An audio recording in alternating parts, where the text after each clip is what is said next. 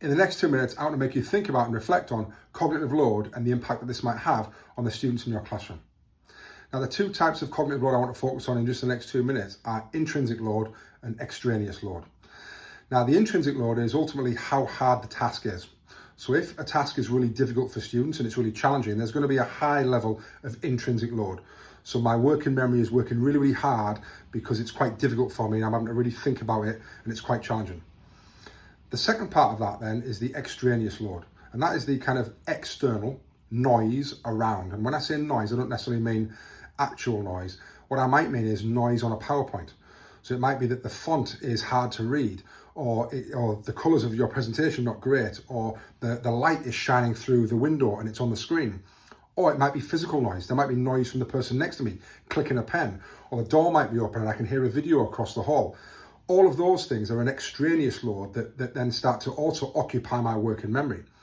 Now, if I've got a highly challenging task, so the intrinsic load is high, I can't then have lots of extraneous noise as well and load, because that's going to tip me over the edge into cognitive overload, because I've got too much that I need to think about.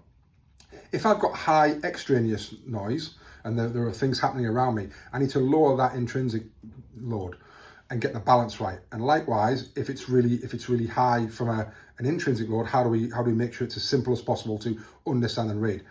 Lots of times, teachers kind of get this wrong when it's a very highly academic task and it's really challenging, and there's lots of rules around it, or you need to do this in this box like this, and actually I'm thinking about too many things. Let's make it really, really simple.